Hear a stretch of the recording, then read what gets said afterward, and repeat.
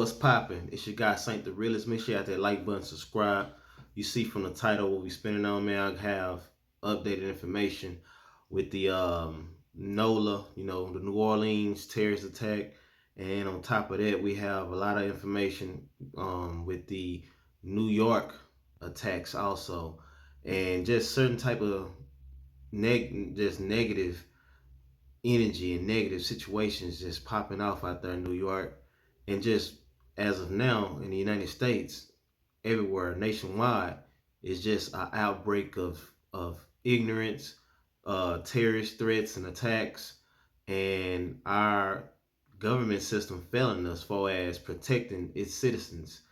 I want to run this audio right quick and get more into it, man. Listen to this. This here is pertaining to the New Orleans attack where the guy from Houston that was born in Beaumont ran over all those people in that Tesla truck. Now, this is about how the FBI failed us again. The FBI just, I don't know, Federal Bureau of Investigation, more like Federal Bureau of incompetence. That's how I see it, because the way that they carried out this whole investigation is just weird, and it's sending all kind of signals and smoke signals. And with smoke signals, you already know what comes with that in today's time, man, in the era of a whole lot of conspiracy theories turned out to be true. But listen to this audio of how they handled this investigation pertaining to this New Orleans terrorist attack. Is just so un-American and man, unbelievable. Listen up. Roaming inside the Houston home of the suspected New Orleans terrorist within 37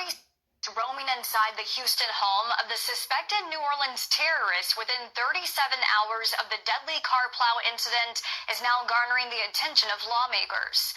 One senator is scrutinizing the FBI for what she calls an unsecure perimeter around the suspect's home, in between FBI searches. Around 3 in the morning New Year's Day, authorities say Shamsuddin Jabbar was the driver of the truck that plowed through a crowd of people on Bourbon Street, killing 14 and injuring dozens more. The man was killed in a shootout with police. As authorities continue to investigate, they say the act was inspired by ISIS. They say his truck had an ISIS flag on it, weapons, and explosive devices inside. Authorities identified his last known residence as a home in Houston, where the FBI conducted a raid Wednesday into Thursday morning, and say they discovered bomb-making materials inside the home. But less than 8 hours after the FBI left the site, a New York Post reporter on scene says the house was left open and unsecured. Now, that's uncalled for. That's just unacceptable right there. How do the local reporters get to the man's house that did the terrorist attack before y'all? I'm pretty sure they took videos and probably did a walkthrough also. That's why I talk about the FBI sending a whole lot of smoke signals, because they just been handling things all wrong. First of all, y'all should have been there on the scene before they even got there. After this kicked off, with all the technologies that's at y'all fingertips, all the resources y'all have at y'all disposal, y'all supposed to handle that investigation a whole lot better than that. And then 8 hours after y'all did go through and get evidence, y'all left the doors wide open, talking unlocked. It wasn't taped off, it wasn't guarded, none of that. It's uncalled for, man. Listen to the rest of this audio and we're gonna get right back into it. Now, this reporter say that the house was just left unsecured and wide open. I'm gonna let y'all hear the second part of this audio. And we're gonna definitely get deep into this and get into some of the other things that's been happening pertaining to a whole lot of these terrorist attacks and just crime period here in the United States. But listen to this audio. It's uncalled for, man. How do you leave the crime scene unsecured, unprotected, unguarded in today's time? This is the year 2025. And I understand that the FBI will be restructured once Trump is all the way in office, but this incompetence is just unacceptable. But let's get to the second part of this audio. Let's get it. Listen up. This is the reporter. She's speaking on the reporter that entered the crime scene, this home of the New Orleans terrorists. And this is what took place.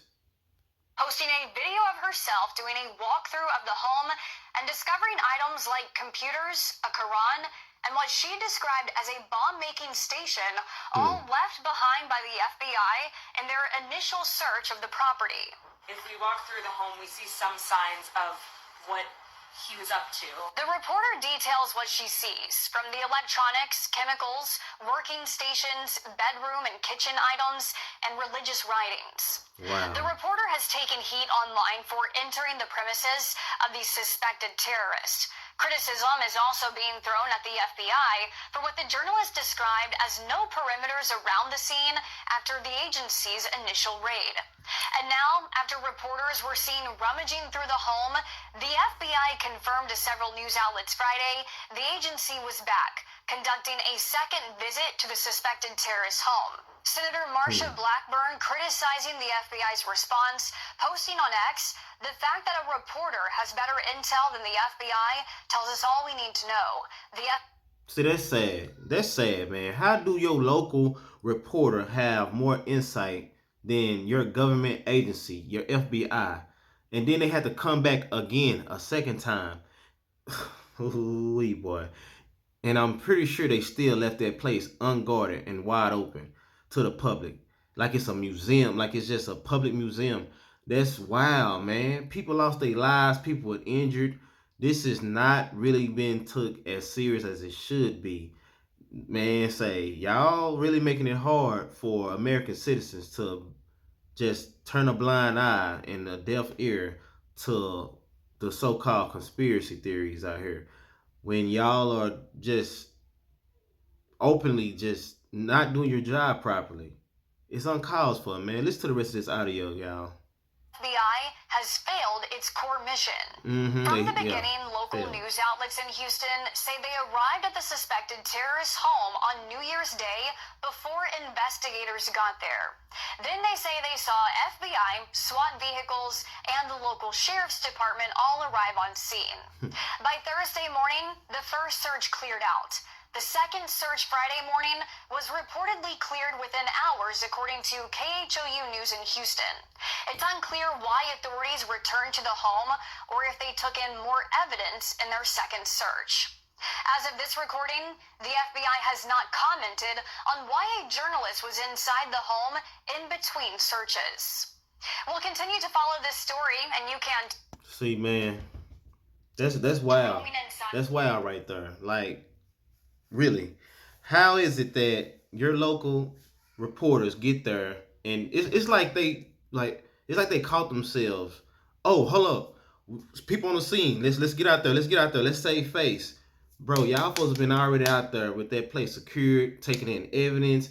Their reporters shouldn't even be able to see bomb set up tables and all this leftover evidence. It's video footage of this person walking through the home in Houston of where this terrorist attack, where this terrorist used to live, that took place in New Orleans. Y'all, come on, man. We're paying tax dollars for what?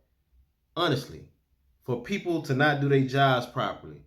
And these are the same people in place in powerful positions in charge of protecting our safety and man, I don't know how to call it. Ain't no other way to spin it, y'all. It's embarrassing. Right now, USA, we are in a very embarrassing time right now. With all the terrorist attacks, wide open borders, our current administration extremely failed us. But listen to this audio about the New York stabbing I want to get into too. I would echo it. Safety is... Listen up. I would echo it. Safety is paramount. Press conference. I cannot tell you how much of an issue this is amongst station agents, and all of us who work here. It's an issue. We're concerned about our safety when we go. Let me stop it right there. Now, this is a female at a press conference talking about the I believe his name is Jamar. What's his name? Jamar Banks. It's Jamar Banks. And this guy here is an African American male. Looks like from the video. He's armed with a very, very large knife. And if y'all been following the stuff that's been happening in New York lately, they done already put the National Guard down there in the train stations to try to stop crime, but it's not really stopping crime. It's being written up as if it's actually working when actually it's not. We have YouTubers and reporters and all that in New York in the subway stations, and they just telling how it is. They calling the government out on this issue, the mayor and everybody. Y'all have National Guardsmen in certain areas, but in other areas they not being seen. So this whole agenda of them being a deterrent is not working. Obviously, if y'all have a mass stabbing, y'all got a lot of crime, a lot of criminal acts still being taking places in the stations. You kind of gotta approach this a whole lot different. I mean, I understand it's all about media control and public control, for as y'all don't want them to freak out and go into this whole panic mode, but y'all aren't really, you're not really helping the situation when you're not doing your job properly. Arrest the man. Oh, one other thing, the man has been arrested over 52 times. Huh? How is it that crime is being able to be just put on full display like that repeatedly?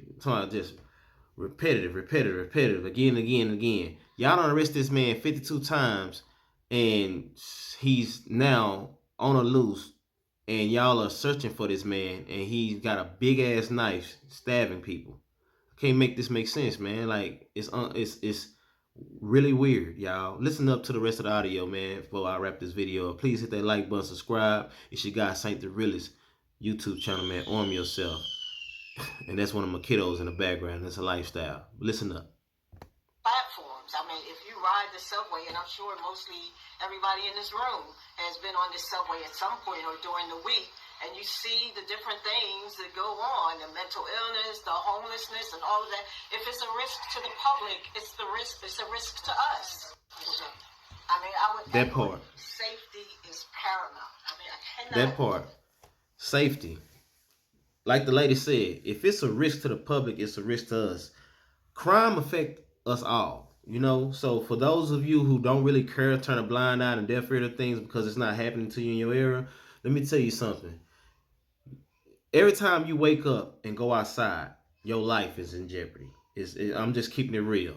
It's not fear mongering. I'm just keeping it solid. Arm yourself, protect your lifestyle. You are your first line of defense. Shout out to Gun Bros. Shout out to Gun Freak Nation. Arm yourself, get out there and train. Stay active, man. Real is rare. I just had to bring this video to y'all and try to make the people more aware of what's going on and give y'all new updated information in these, in this weird time we in right now here in America, man. I got more videos on the way, more firearm videos on the way. I'm gonna tell y'all something. It don't cost much to get out there and protect your lifestyle. Arm yourself, protect your lifestyle, stay active, man. Real is rare. Hit that like button, subscribe, share the content. I'm your guy, Saint the Realist. Hey, follow me on Instagram, Saint the Realist 2.0. Same as the YouTube channel, just 2.0 right behind it. Again, salute to Gun Freak Nation, man. We out. To the next video. Peace.